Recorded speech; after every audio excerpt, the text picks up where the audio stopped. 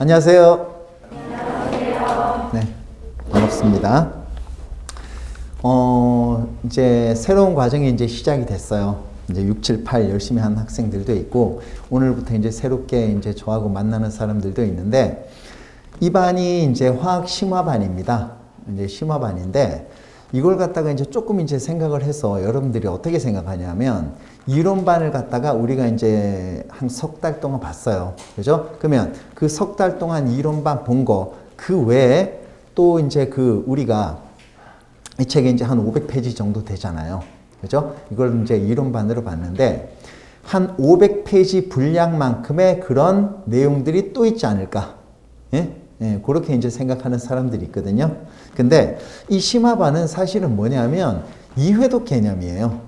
그러니까 무슨 말이냐? 이회독 개념인데 차이가 있다는 얘기는 무슨 말이냐면 쉬운 부분은 가급적이면 좀 스피드하게 넘어가려고 합니다. 물론 중요한 부분은 다시 한번 설명을 하겠고요. 그 다음에 이제 중요한 부분이나 어려운 부분은 다시 한번 디테일하게 설명을 합니다. 그 다음에 개념 수업을 하다가 제가 이제 그 개념에 해당하는 예시를 가급적이면 좀 많이 들려고 해요. 이론반 때보다. 그 다음에 단원별로 문제를 좀 몇 문제 풀어보고 넘어갈 겁니다. 그렇죠? 그게 이제 심화반이라고 보시면 되겠습니다.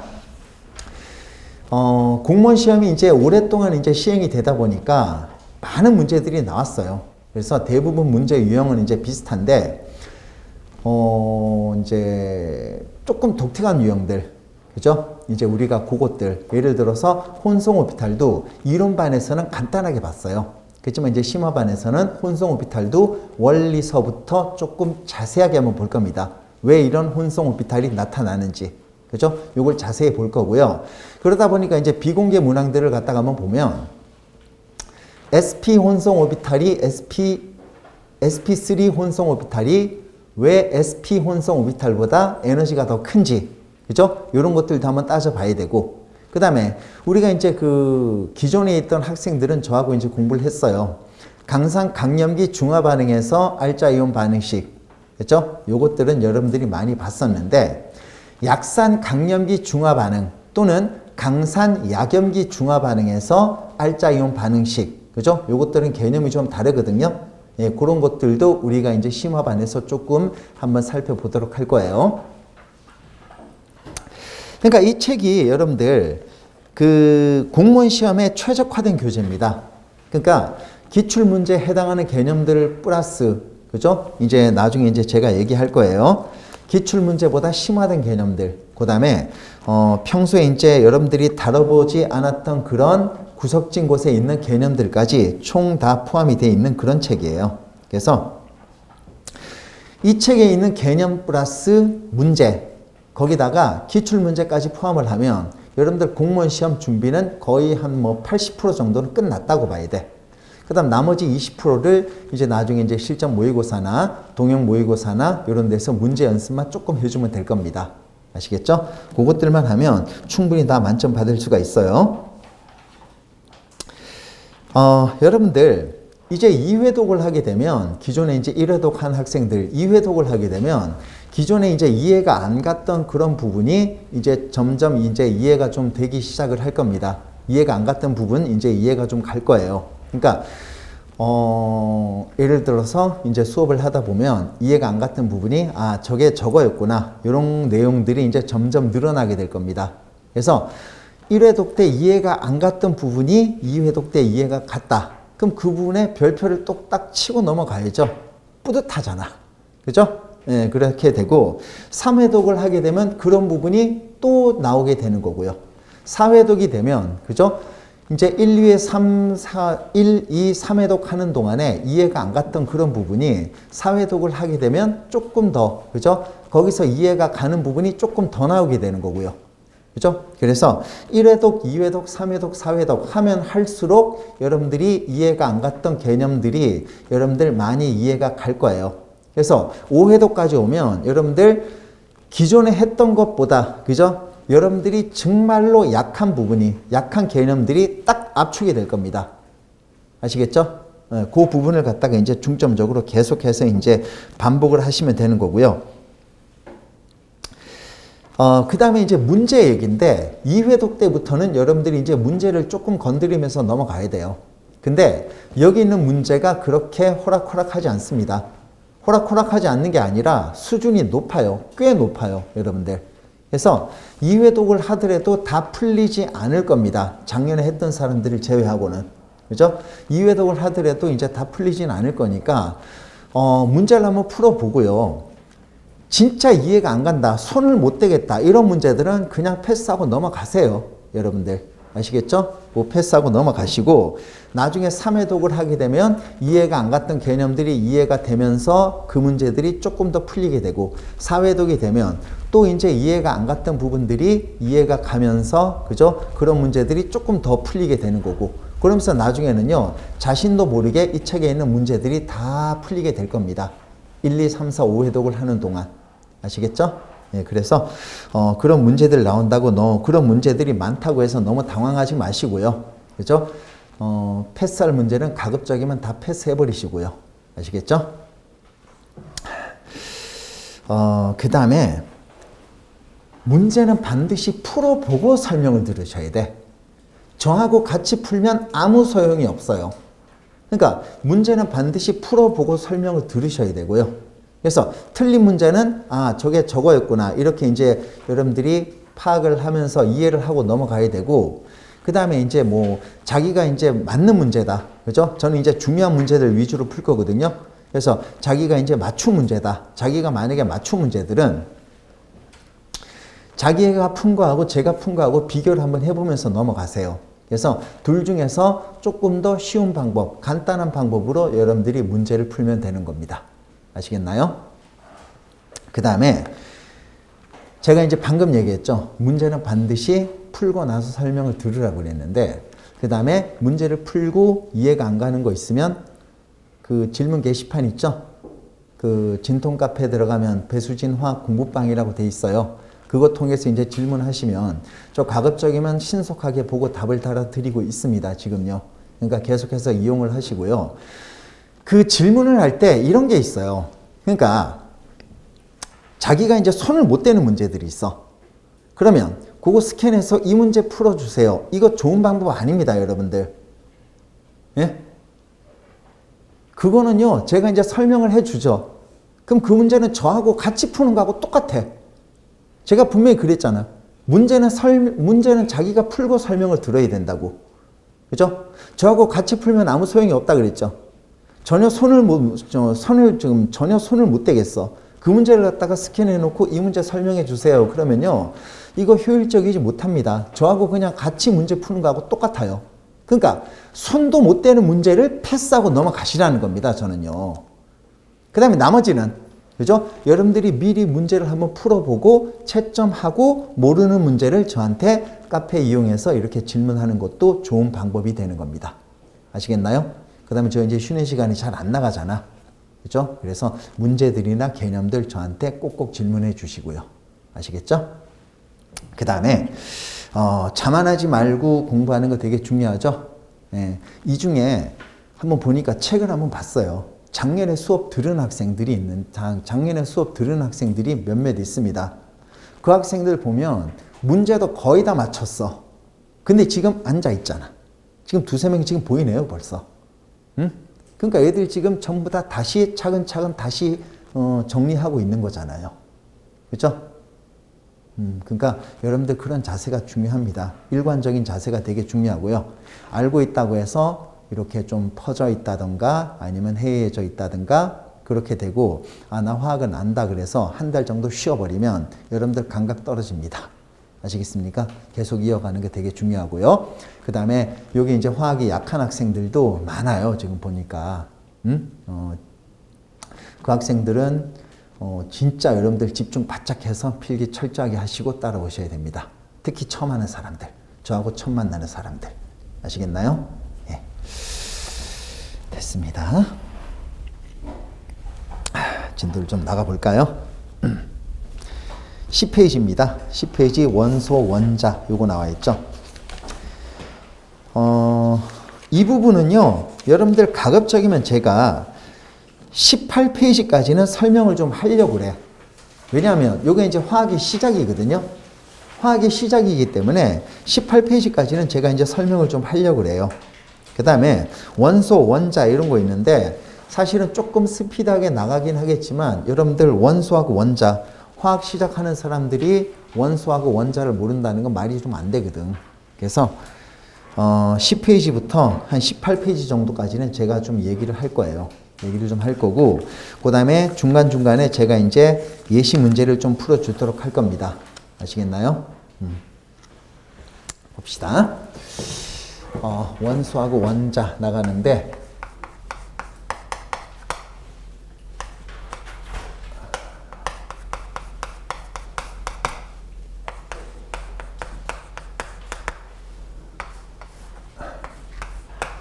제가 이거 어떻게 하라고 얘기했습니까? 원소하고 원자. 원소하고 원자 비교하고 원자하고 분자 비교하라고 그랬어요.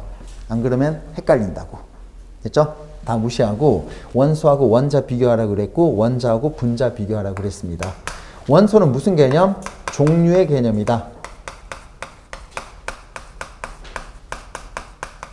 그죠? 그 다음에 원자는 무슨 개념이다? 개수의 개념이다. 이렇게 얘기하면 되는 겁니다. 원소는 종류의 개념, 원자는 개수의 개념이다.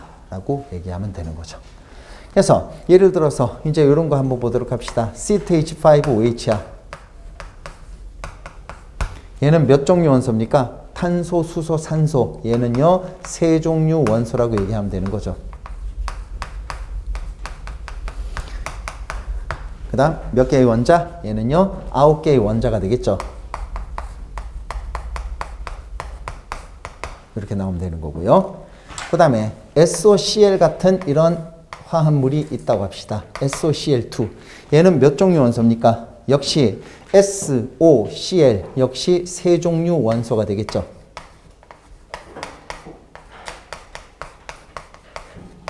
그 다음 몇 개의 원자? 이놈은요 4개의 원자가 되는 겁니다. 4개의 원자. 됐죠? 그래서 원소는 종류의 개념이고 원자는 개수의 개념이다 라고 얘기를 하면 되는 거예요.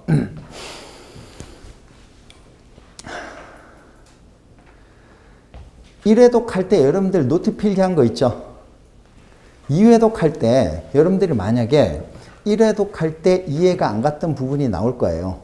그죠? 그럼 2회독 할 때 이해가 갔다. 그죠? 아까 내가 별표 치라 그랬죠? 그 다음 마찬가지. 요거 지금 만약에 제가 예를 들어주는데 그게 예를 갖다가 만약에 들어주면 1회독 할 때 그 진도에 해당하는 부분에 적어 두셔야 돼요.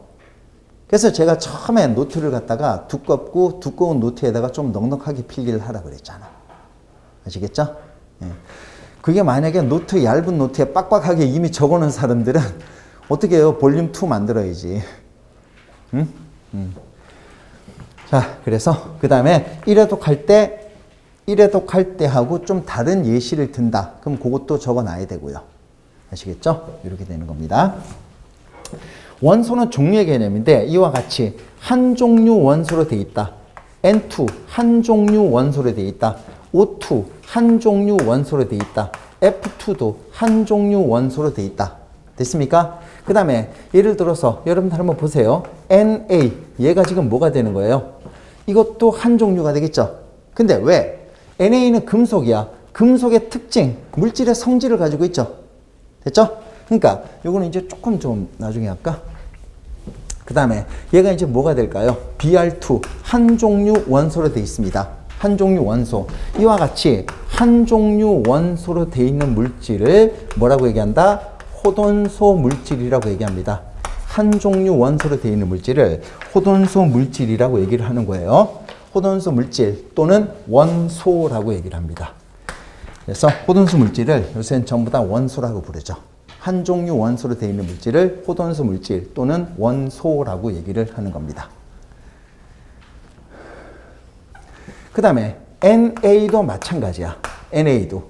얘 Na 뭡니까? 물질의 특성을 가지고 있고 이거 지금 현재 한 종류로 되어 있거든요. 그럼 얘도 마찬가지. 호돈소 물질 또는 원소라고 얘기합니다. 철도 마찬가지고 얘도 한 종류 원소로 되어 있거든요. 그죠? 한 종류 원소로 돼 있고, 그죠? 한 종류로 돼 있고, 물질의 특징, 호돈소 물질이잖아요. 물질의 특성을 가지고 있으니까 얘도 호돈소 물질 또는 원소라고 얘기를 할 수가 있는 거예요. 됐습니까? 그래서 이와 같이 한 종류 원소로 되어 있는 물질을 호돈소 물질 또는 원소라고 얘기를 하는 겁니다. 원소는 이 정도 알고 있으면 되는 거고요. 원자는 뭐 이제 이거하고 개수의 개념이니까 뭐가 되는 겁니까? 뭐 Cl, N, O, F, Br 얘들을 갖다가 총 원자라고 얘기를 하는 거죠. 됐죠? 그 다음에 원소하고 원자를 비교하라 그랬고요. 이번에는 원자하고 분자를 갖다 비교하라고 그랬습니다. 원자는 개수의 개념이고요. 분자는 원자들이 모이는 거야. 됐죠? 그래서 뭐가 되냐면 이 분자는요. 물질의 특성을 가지는 가장 작은 입자를 분자라고 얘기를 하는 겁니다. 그래서 물질의 특성을 가지는 가장 작은 입자, 원자가 모입니다. 원자가 모여서 물질의 특성을 가지고 있는 가장 작은 입자를 만들어내는 거죠. 물질의 특성을 가지고 있는 가장 작은 입자. 물질의 특성을 가지고 있는 가장 작은 입자가 되는 겁니다. 얘들을 갖다가 분자라고 얘기하는 거죠. 원자가 모이는 건데요. 원자가 모여서 물질의 특성을 가지고 있는 가장 작은 입자를 만들게 되는 겁니다. 얘를 갖다가 뭐라고 얘기한다? 분자라고 얘기하는 거죠. 그죠? 그래서 원소하고 원자를 비교해 주고요. 원자하고 분자만 비교해 주는 겁니다. 됐죠? 그래서 얘도 마찬가지. 원자가 모여서 물질의 특성을 가지고 있는 가장 작은 입자를 만들어내는 거죠. 얘들을 분자라고 얘기를 합니다. 아시겠나요?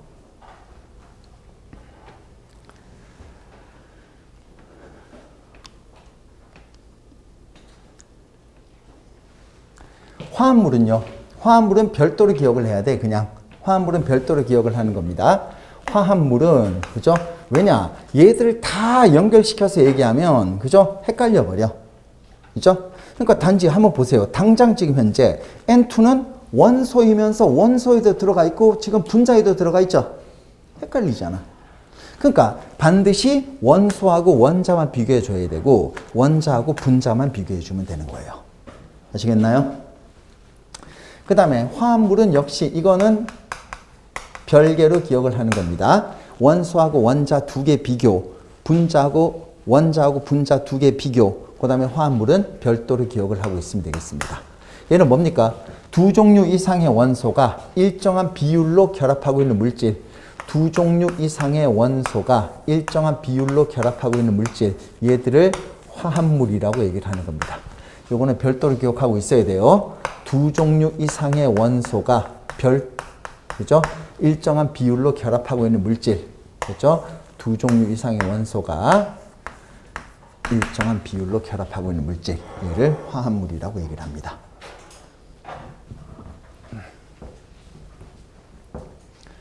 그죠? 일정한 비율이란 얘기는요, 질량비가 있고 몰수비가 있죠. 질량비가 있고 몰수비가 있습니다. 그래서 얘가 이제 어떻게 되냐면 몰수비부터 한번 자세히 한번 보도록 하겠습니다. 몰수비를 한번 볼 것이고 그 다음에 질량비를 한번 보도록 할게요. 몰수비가 지금 현재 얼마입니까? CO2 같은 경우는 1대2가 되고요. CaO 같은 경우는 몰수비는 1대1이 되겠죠. 질량비는 얼마가 될까요? 질량비는요. 탄소하고 산소니까 얼마입니까? 얘는 질량비가 1몰, 얘는 1몰에 지금 현재 2몰이 되겠죠. 그럼 얼마야? 12대 32니까 질량비는 3대 8이 나오는 겁니다. 산소, 그죠? 칼슘의 원자량은 40이야. 산소의 원자량은 16이야. 됐죠? 요걸 갖다가 계산하면 얼마가 나옵니까? 얘는 5대 2가 나오게 되는 거죠. 그죠? 그래서 두 종류 이상의 원소가 일정한 비율로 결합한 물질을 화합물이라고 얘기를 하는 거야. 됐습니까? 그래서 다시 한번 원소하고 원자만 비교할 것, 원자하고 분자만 비교할 것, 화합물은 별도로 비교할 것. 이렇게 되면 안 헷갈릴 거예요. 알겠습니까? 예. 동위원소도 간단하게 한번 보고 넘어가겠습니다. 수소가 돼 있죠. 수소가 이렇게 돼 있어요. 그 다음에 수소가 이렇게 돼 있습니다. 그 다음에 수소가 이런 식으로 돼 있어요. 어떻게 할까요?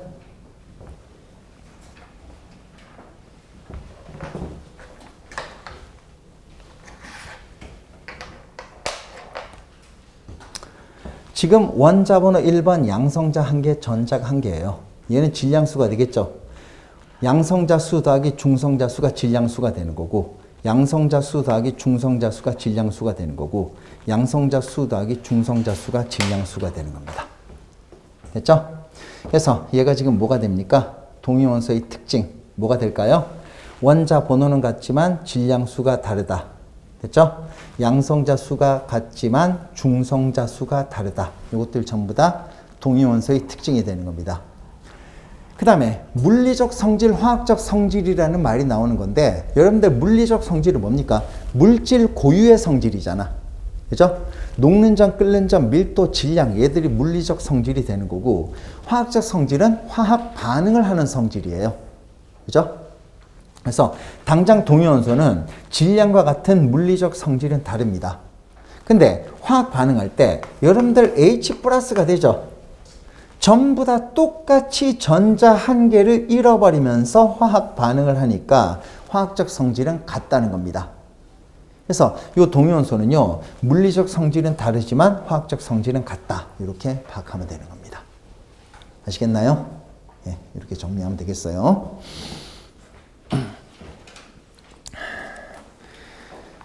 1회독 때 했던 노트를 펴놓고 하면서 조금 더 다른 예시나 이런 것들은 그 옆에다 접어두면서 진도를 나가는 게 제일 좋은 방법이 되는 겁니다. 그렇지만 그게 안 되고 1회독 때 노트를 너무 빡빡하게 필게 한 사람들은요, 그죠? 뭡니까? 볼륨 2 만들어야 돼, 반드시. 아시겠죠? 그 다음에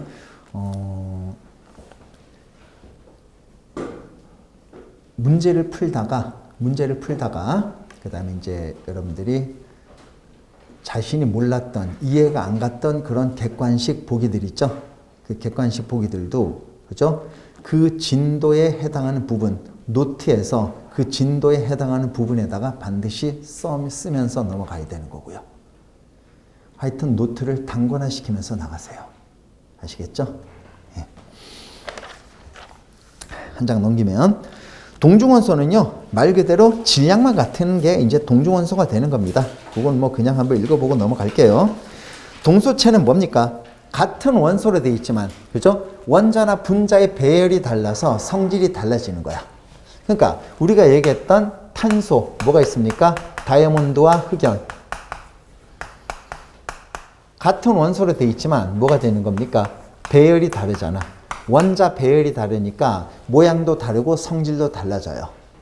그죠? 그래서 같은 원소로 되어 있지만 배열이 다릅니다. 원자 배열이 달라서 성질이 달라지는 물질, 요거를 동소체라고 얘기하는 거야. 그 다음 여러분들 S8이 뭡니까? 여러분들 단사황도 S8이에요. 단사황도 S8이 되고 사방황도 S8이 되는 겁니다. 단사황도 S8이 되고 사방황도 S8이 되는 거거든요. 그래서 얘가 지금 뭐냐면 얘도 마찬가지야. 같은 원소로 되어 있지만 얘들은 분자의 배열이 다릅니다. 그래서 모양과 성질이 틀려요. 그죠? 그래서 같은 원소로 되어 있지만 분자 배열이 달라서 성질이 달라지는 물질, 요거를 동소체라고 얘기하는 거죠. 단사황과 사방황은 동소체 관계다라고 얘기하면 되는 겁니다. 그 다음 P4가 뭐 있었습니까? 흰 인도 P4가 됐고요. 붉은 인도 P4입니다. 근데 얘들 역시 분자 배열이 틀려요. 같은 원소로 되어 있지만 분자 배열이 다르니까 흰인과 붉은인은 성질이 다릅니다. 그래서 흰인과 붉은인을 동소체 관계다라고 얘기하면 되는 거죠. 됐습니까? 그래서 같은 원소로 되어 있지만, 그죠? 원자의 배열이나 분자 배열이 달라서 성질이 달라지는 물질, 이거를 동소체라고 얘기를 하는 거예요. 됐죠?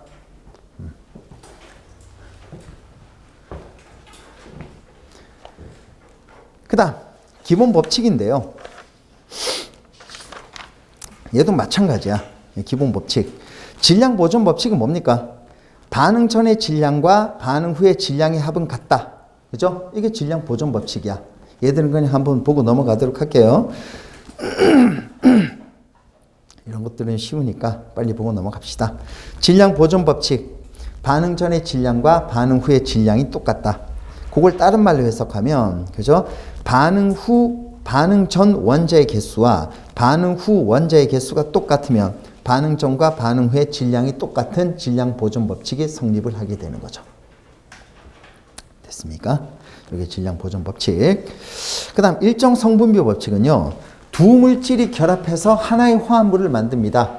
두 물질이 결합을 해서 하나의 화합물을 만들 때, 그죠? 뭐가 되는 겁니까? 일정한 질량비로 결합한다. 그래서 항상 예를 드는 가장 만만한 예가 탄소하고 산소가 만나서 CO2가 만들어지는 거잖아요.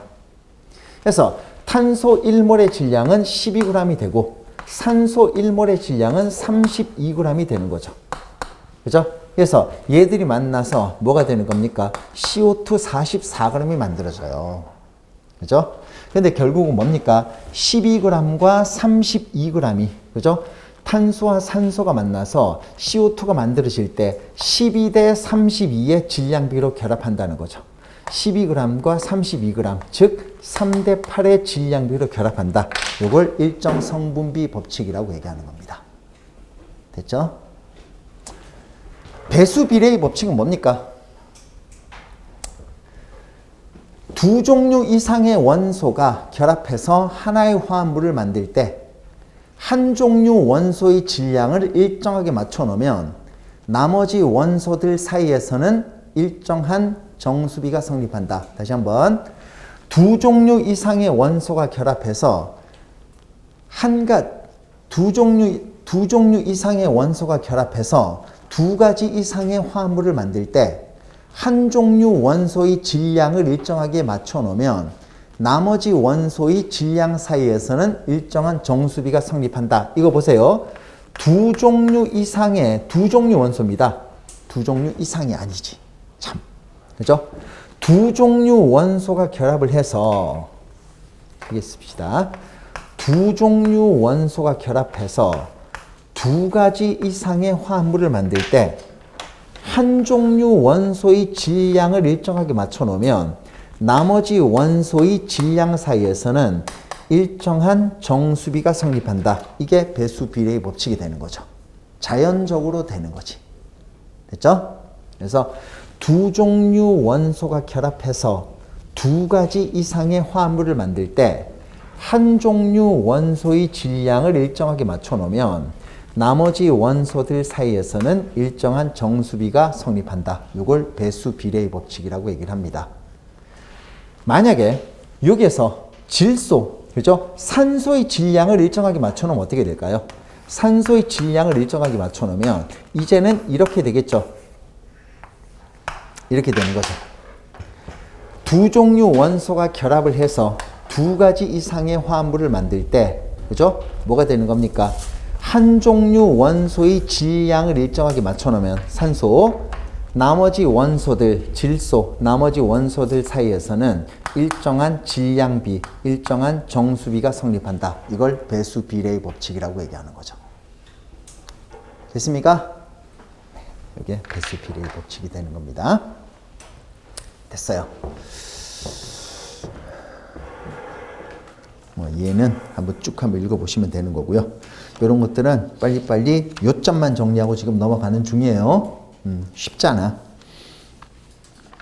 책 한번 볼까요? 10페이지에. 반드시 기억하고 있어야 될 거 체크 좀 하고 넘어갑니다. 원소에서는요, 동그라미 2번 기억하고 있어야 되겠죠. 원자와 달리 종류의 개념 반드시 기억하고 있어야 됩니다. 그 다음에 원자는요, 개수의 개념, 동그라미 1번에 개수의 개념 꼭 기억하고 있어야 되고요. 그 다음 동그라미 3번, 분자보다는 당연히 불안정해서 에너지가 크다. 이거 무조건 기억하고 있어야 됩니다.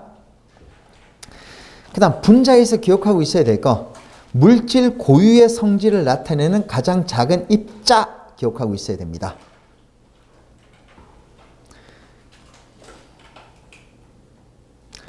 그 다음 18쪽 비활성 기체의 경우에는 단원자가 분자를 이룰 수가 있습니다. 됐죠? 그래서 18쪽은요, 단원자 분자라고 얘기를 하잖아요. 그 다음, 화합물에서 기억하고 있어야 될 거는요, 뭡니까? 두 종류 이상의 원소가 일정한 비율로 결합해서 생성된 순수한 물질 기억하고 있어야 되는 거고요. 동위원소에서 기억하고 있어야 될 거는 동그라미 2번 특징, 기역, 니은, 디귿 기억하고 있으면 되겠습니다. 이거 이론만 설명할 땐 다 원리서부터 다 했어요. 그 다음 12페이지에 동중원소에서, 그렇죠? 얘는 단지 질량만 같다. 동그라미 2번 기억하고 있어야 되는 거고요.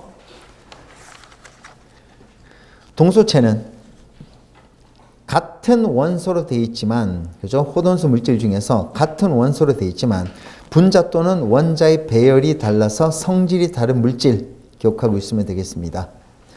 그러니까 여러분들 나머지는요, 동그라미 1번에 다이아몬드와 흑연은 동소체다. 이 정도까지. 단사황과 사방황도 동소체다. 흰인과 붉은인도 동소체다. 이렇게 알고 넘어가야 되겠죠. 이제 나머지는 다 됐잖아. 질량 보존 법칙은 여러분들 밑줄 안 꺼도 되겠죠. 요거는 이제 이론반 때 다 써서 설명을 했는데 지금은 그냥 넘어갑시다. 일정 성분비 법칙은 두 물질이 결합해서 한 화합물을 생성할 때 각 물질은 일정한 질량비로 결합한다. 요거 기억하고 있으면 되는 거고요. 배수 비례의 법칙은요, A, B 두 원소가 결합해서 두 가지 이상의 화합물을 만들 때 각 A 원소의 질량이 같으면 B 원소의 질량 사이에서는 간단한 정수비가 성립한다. 기억하고 있어야 됩니다. 그 다음에 얘는 제가 다 설명을 했으니까 한번 쭉 한번 읽어보시고요. 요거 이론반 때는 제가 얘를 다 설명했습니다. 한번 읽어보면 다 이해가 갈 거예요. 돌턴의 원자설 뭡니까? 요거 제가 어떻게 얘기했냐면 질량 보존 법칙, 일정 성분비 법칙이 성립한다는 것을 보여주기 위해서 돌턴이 원자설을 만든 거야. 그죠? 그래서 원자는 더 이상 쪼갤 수 없다. 틀렸죠? 양성자, 중성자, 전자 계속 쪼개지고 있고요. 같은 원소의 원자들은 크기, 모양, 질량이 같고 다른 원소의 질량들은 크기, 모양, 질량이 다르다. 틀렸습니다. 동중원소, 동위원소의 발견이 다 되고 있는 거죠. 그 다음 화학 변화 시 원자들은 새로 없어지거나 생성되지 않는다. 즉 질량 보존 법칙을 설명하고 있긴 하지만 예외가 있는 거죠. 핵 붕괴 반응 시에는, 그죠? 뭡니까? 뭐 이제 우라늄이 토륨으로 바뀌고, 그죠? 새로운 원자가 생성이 되고 있는 거죠. 그 다음 네 번째가 이제 맞는 거지 뭐. 화합물은 한 원자와 다른 원자가 정해진 수의 비율로 결합함으로써 이루어진다. 요거는 일정 성분비 법칙을 설명하고 있는 겁니다. 제대로 된 거는 4번밖에 없어요. 됐습니다. 원자량, 분자량, 이온식량도 빠르게 보고 넘어가도록 할게요.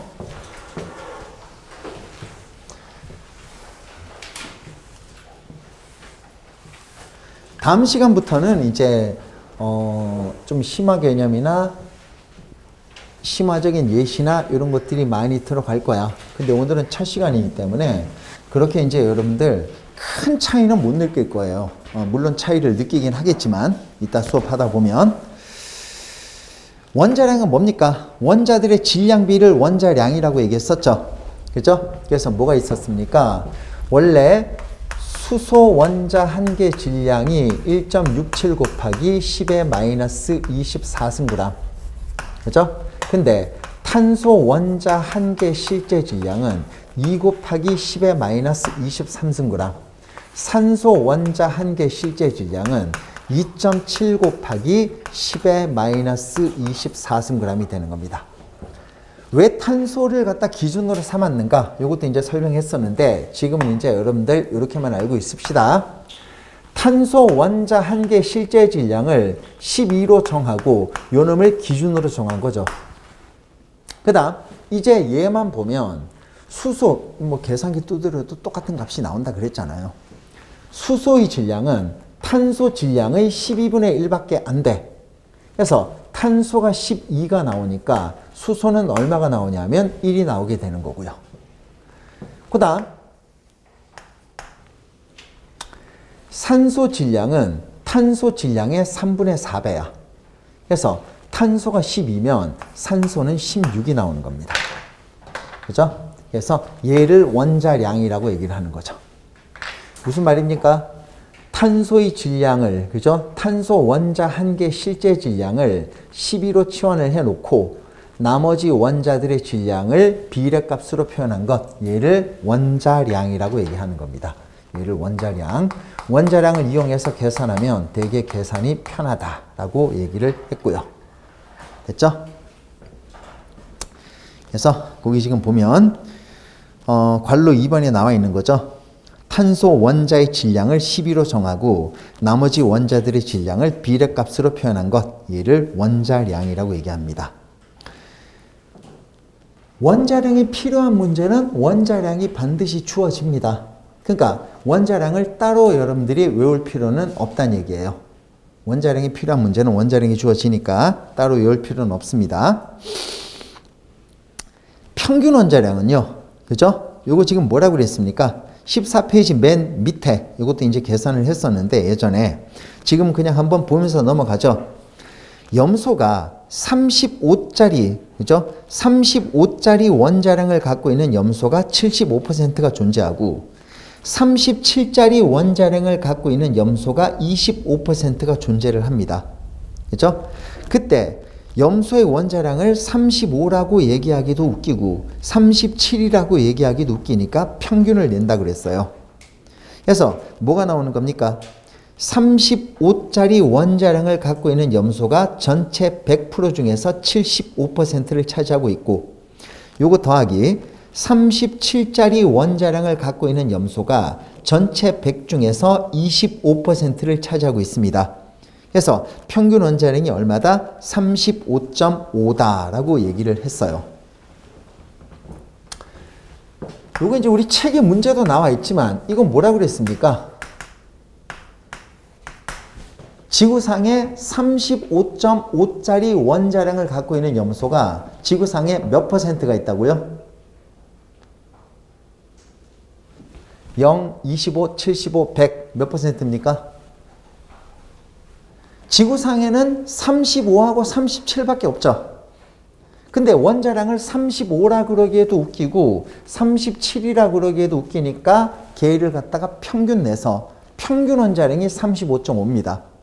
그래서 염소의 원자량이 얼마냐 이렇게 물으면 35.5다 이렇게 대답은 하지만 지구상에 35.5짜리 원자량을 갖고 있는 염소는 존재하지 않는다라고 얘기했어요. 됐습니까? 이렇게 얘기했습니다.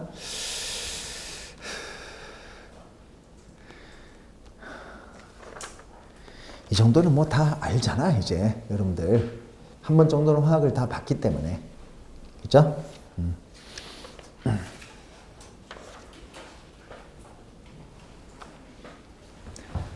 그 다음 여러분들 이거 한번 보세요.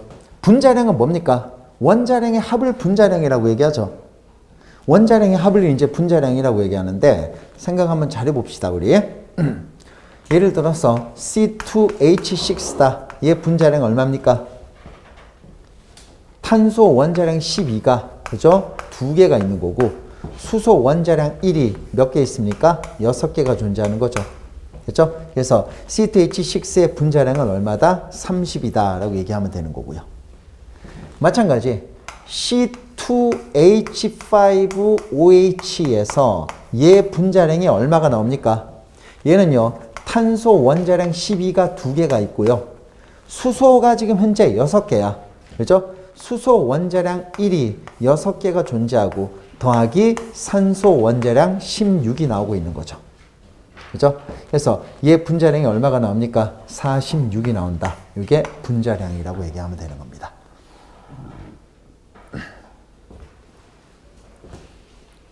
원자량의 합을 분자량이라고 얘기하는 거죠.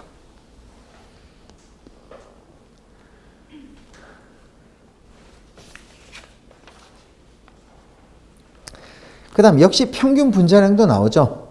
공기와 같은 혼합기체는 각 기체의 분자량과 그 조성비로부터 분자량을 계산해서 기체의 분자량으로 정한다. 이렇게 나와 있는데 예를 들어서 뭐 질소가 78, 산소가 21, 그다음 수증기, CO2 다 섞여 있는데 거기 지금 질소가 79%고 산소가 21%라고 얘기를 한다면 질소의 분자량은 28이죠. 산소의 분자량은 32야. 그래서 28짜리 질소의 분자량, 질소 28이 얼마입니까? 전체 100 중에서 79%를 차지하고 있고 요거 더하기 산소의 분자량 32가 전체 100% 중에서 21%를 차지하고 있습니다. 그래서 공기의 분자량은 29다. 이렇게 해석하면 되는 거죠. 그 다음에 여러분들 원자로 나타낼 수 있는 거는 원자량이고요. 분자로 나타낼 수 있는 건 분자량입니다. 근데 지금 분자로 나타낼 수 없는 것들 있죠? 그죠? 분자로 나타낼 수 없는 것들. 분자로 나타낼 수 없는 것들이 있습니다. 그래서 걔가 지금 현재 뭐냐면 실험식으로만 나타낼 수 있는 물질. 그죠? 실험식 양이라고 있는데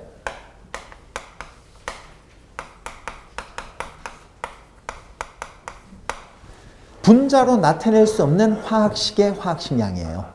분자로 나타낼 수 없는, 분자식으로 나타낼 수 없는, 얘들은 지금 다 분자식이잖아요.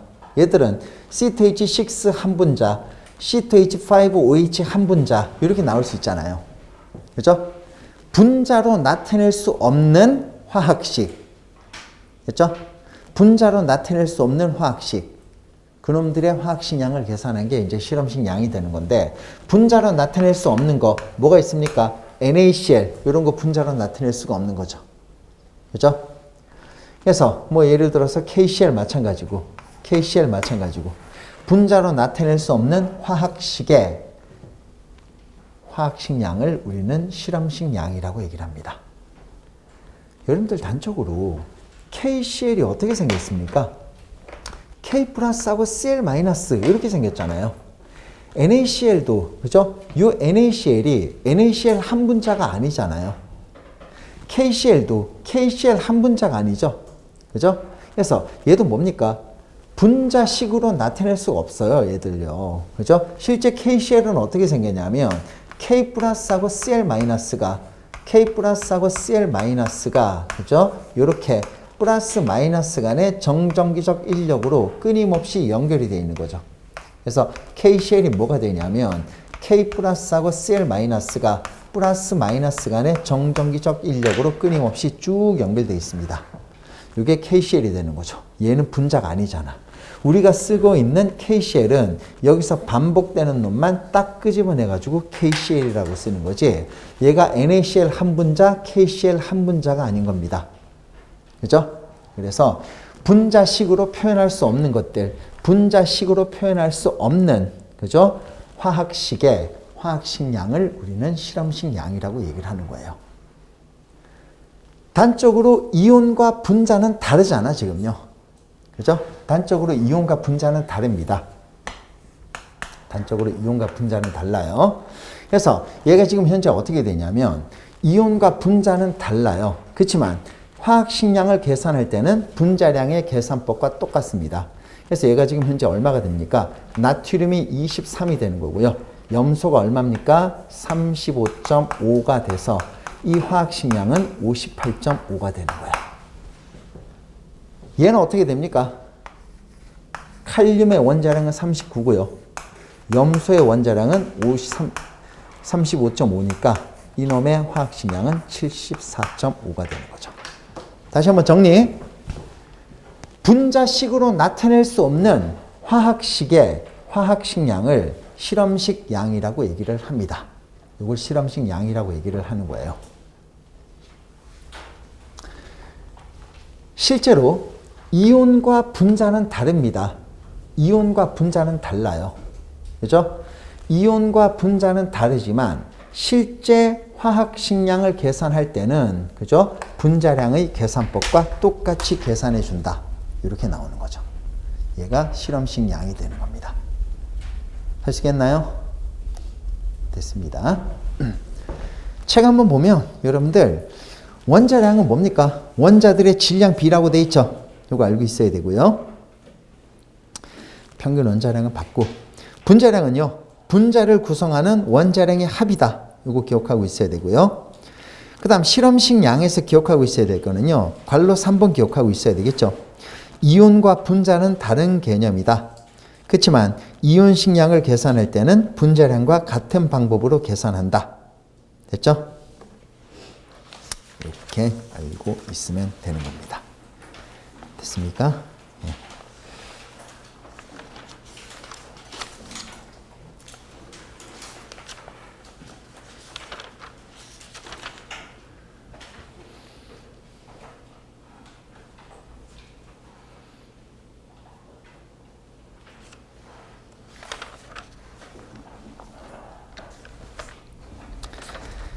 몰은 똑같이 합니다. 너무나 중요하니까. 몰은 똑같이 할게요. 몰은 똑같이 진행할 겁니다. 지금까지 본 거는요. 생략할 거 생략하고 요점 정리식으로 이렇게 쭉쭉 했지만 몰은 똑같이 하겠어요. 똑같이 하고 그 다음에 얘도 조금 다르게 들 것이고요. 관련 예제 문제도 여기서 들도록 하겠습니다. 그래서 몰은 똑같이 진행을 할 거예요.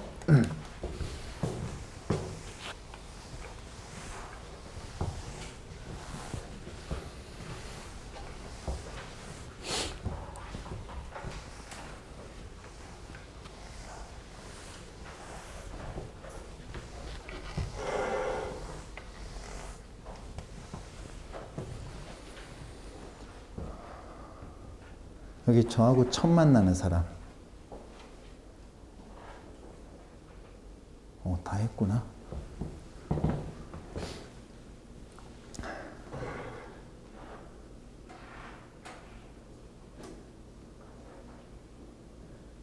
간혹 가다가 제가 이제 눈이 좀 안 좋아가지고, 예, 다 저 뒤쪽에 있는 학생들은 뭐 막 퍼져 보일 때도 있어. 어쩔 때 보면. 몰은 똑같이 하겠습니다. 여러분들 1몰이 뭐냐? 1몰부터 차례대로 한번 보도록 하겠습니다. 1몰. 저기는 정리를 해야 되니까 설명은 여기다 갈게요. 여러분들 탄소 원자 한 개 실제 질량이 2 곱하기 10의 마이너스 23승g이에요. 얘를 갖다가 뭐라고 치환해서 쓰고 있었습니까? 우리는 12라고 치환해서 쓰고 있었습니다. 그죠? 그래서 탄소 원자 한 개 실제 질량을 12로 정해놓고 나머지 원자들의 질량을 비례값으로 표현한 걸 원자량이라고 얘기를 했습니다. 근데 이렇게 쓰는 것보다 이렇게 쓰니까 훨씬 더 편리하기는 편리해. 근데 지금 비례값이니까 단위를 못 붙이는 거죠. 단위를 붙이면 너무나 편리하다는 얘기야. 그죠? 그래서 단위를 붙이면 너무나 편리하다. 예를 들어서 뭐 이제 저하고 이제 어떤 학생, 그죠? 저기 있는 남학생이 우리들이 이제 몸무게를 측정했더니 내가 100kg고 50kg가 나온 거야. 그죠?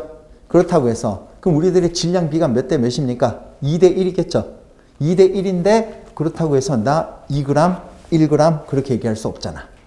그래서 비례값이니까 그죠? 되게 편리하기는 편리해. 원자량은 되게 편리하기는 편리한데 얘가 지금 비례값이니까 단위를 못 붙여요. 그죠? 여기다가 단위를 붙이면 너무나 편리하겠지. 그죠? 그럼 단위를 한번 붙여보자는 얘기야. 실제 한 개 질량을 몇 개를 묶으면 6 곱하기 10의 23승계를 묶으면 뭐가 되는 겁니까? 이게 싹싹 사라지면서 12g이 나오게 되겠죠. 되나요? 그래서 이때 이거를 뭐라고 얘기합니까? 얘를 1몰이라고 얘기하는 겁니다. 1몰 또는 뭐라고 얘기한다? 아보가드로의 수다. 이렇게 얘기하는 겁니다. 그래서 1몰의 개수가 몇 개냐? 6 곱하기 10의 23승계. 더 정확히 얘기하면 6.02 곱하기 10의 23승계. 1몰의 개수는 6 곱하기 10의 23승계가 되는 겁니다. 그 다음 1몰의 질량이 뭐가 될까요? 얘는 그냥 한 개 질량이야. 그렇죠? 얘는 1몰의 질량이잖아요. 1몰의 질량은 뭡니까? 원자량에다가 g을 붙인 게 1몰의 질량이 된 거지. 됐나요? 그래서 1몰의 질량은요, 원자량에다가 g을 붙인 거, 이게 1몰의 질량이 되는 겁니다. 1몰의 질량, 원자량에다가 g을 붙이거나 또는 분자량에다가 g을 붙이면 얘가 1몰의 질량이 되는 거죠.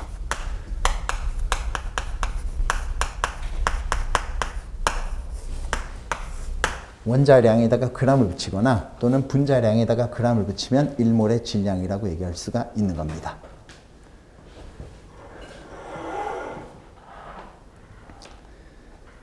그래서 우리가 한번 예를 한번 들어보면 이런 거 이제 예를 들 수가 있겠죠. CO2다. CO2 1몰의 개수가 얼마냐 하면 CO2 1몰의 개수는요. 6 곱하기 10의 23승계가 되겠습니다. 그 다음에 CO2 1몰의 질량은요. 분자량이 되겠죠. 분자량. 분자량은 원자량의 합이에요. 원자량의 합. 분자량을 계산했더니 44가 나왔습니다. 이 분자량에다가 g을 붙인 게 1몰의 질량이 되는 겁니다. 됐죠? 그러면 2몰의 질량과 2몰의 개수를 한번 구해보면 2몰의 개수는 얼마가 될까요?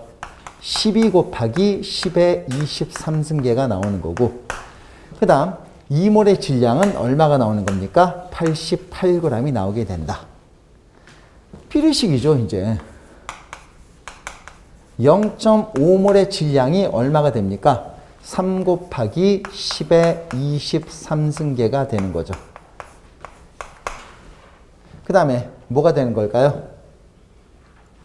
0.5몰의 질량, 이 개수가 이렇게 나오는 거고 0.5몰의 질량은요 22g이 나온다. 이게 바로 CO2에 해당하는 예가 되겠습니다. 됐죠? 만약에 여러분들 마그네슘 한 개 질량이 얼마가 나올까요? 여기다 쓰고 마그네슘 한 개 질량 CO2 한 개 질량이라고 할까요? 마그네슘 한 개 질량이 과연 얼마가 나올까요? 마그네슘 한 개 질량이다. 이렇게 얘기를 하면 이렇게 물으면 보세요. 여러분들 마그네슘 1몰이 얘도 마찬가지야. 1몰의 개수는 그죠? 전부 다 6 곱하기 10의 23승계입니다. 마그네슘도 마찬가지. 1몰의 개수는 전부 다 6 곱하기 10의 23승계가 되겠죠. 1몰의 질량은 분자량에다가 g을 붙이거나 원자량에다가 g을 붙이면 얘가 전부 다 1몰의 질량이라고 얘기할 수가 있는 거고요. 됐습니까? 그러면 얘가 지금 이제 마그네슘 한 개 질량이라고 그랬으니까 한 개 질량 얼마가 되겠습니까? 여기다가 1을 갖다가 집어넣으면 되겠죠. 여기 1이 되면 되는 거야. 한 개 질량은 6 곱하기 10의 24승계가 23승계가 24g이 됐으니까 한 개 질량은 얼마가 됩니까? 요게 1이 되면 되겠죠. 얘가 1이 되면 되는 거야. 1이 되면 되는 거니까 얼마입니까? 양변을 6 곱하기 10의 23으로 나눠주면 되겠죠. 그래서 24를 얼마로 나눈다? 6 곱하기 10의 23승계로 나눠주면 얘가 결국은 마그네슘 한 개 질량이라고 얘기할 수가 있는 겁니다. 조금 더 친절하게 쓸 사람은 4 곱하기 10의 마이너스 23승g이다. 이렇게 쓰면 되는 거고요. 됐죠?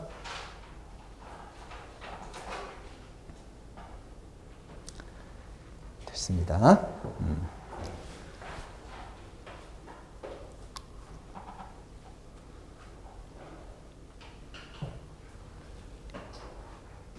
그러면 이거 한번 봐봐. 여러분들 만약에 지금 에테인 4몰 속에 포함되어 있는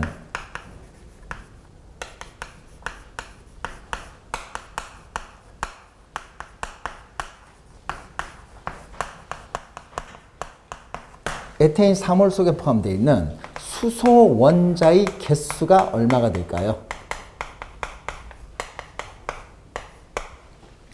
에테인 4몰 속에 포함되어 있는 수소 원자의 개수가 얼마가 될까? 그럼 얘 이렇게 해줘야지. 에테인 4몰이니까 에테인 4몰은 이렇게 나오면 되는 거죠. 그죠? 에테인 4몰 속에 포함되어 있는 수소 원자의 개수. 분명히 제가 이제 만약에 4CO2 이렇게 얘기했을 때, 그죠? 얘는 뭡니까? 여기 있는 작은 수는 바로 앞에 놈만의 몰수라고 얘기했어요. 그죠? 숫자는 다 몰수야. 우리가 이제 몰을 갖다 배우고 있기 때문에 이제 앞으로 숫자는 다 몰수라고 붙여줘야 된다고 얘기를 했습니다. 숫자는 다 몰수가 되는 거야. 됐죠? 숫자는 다 몰수가 되는 겁니다. 그 다음에 몰수하고 개수를 헷갈리면 안 된다 그랬죠? 그죠? 그래서 얘가 뭐가 되는 겁니까? 4CO2 속에, 그죠? 4CO2 속에 숫자는 다 몰수고요. 몰수하고 개수를 헷갈리지 말자. 작은 수는 바로 앞에 원자만의 몰수, 바로 앞에 놈만의 몰수가 되는 거죠. 작은 수는 바로 앞에 놈만의 몰수. 그 다음에 앞에 있는 큰 수는 배분이다. 스케일이 크다. 얘도 되고 얘도 된다라고 얘기했습니다. 그래서 4CO2 속에는요. 탄소는 4몰 있고 산소는 8몰 있다고 얘기를 했습니다. 그러면 지금 에테인 4몰 속에 포함되어 있는 수소 원자의 개수가 얼마가 되는가? 그죠? 여기 앞에 있는 큰 수는요. 얘도 되고 얘도 된다. 배분이다 라고 얘기를 했습니다. 그죠? 그래서 얘가 지금 현재 얼마가 됩니까? 4CO2, 4 에테인이죠. 4 C2H6 속에 포함되어 있는 수소 원자의 개수 총 몇 몰이 지금 포함되어 있을까요? 24몰이 포함되어 있죠. 그죠? 24몰에 수소 원자가 지금 들어가 있습니다. 24몰의 수소 원자가 지금 들어가 있어요. 그죠? 근데 지금 현재 저는 몰수를 물은 게 아니라 개수를 물은 거지. 됐죠? 개수를 물었기 때문에 얼마입니까? 1몰은 6 곱하기 10의 23승계니까 얘는요 144 곱하기 10의 23승계다. 이렇게 얘기하면 되는 겁니다. 됐습니까? 이게 몰과 개수와의 관계, 몰과 질량과의 관계다라고 생각하면 되는 거예요. 됐죠? 네, 됐습니다.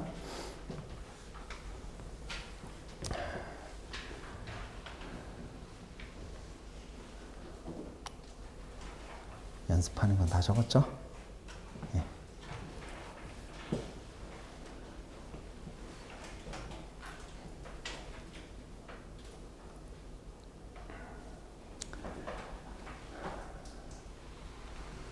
지우겠습니다.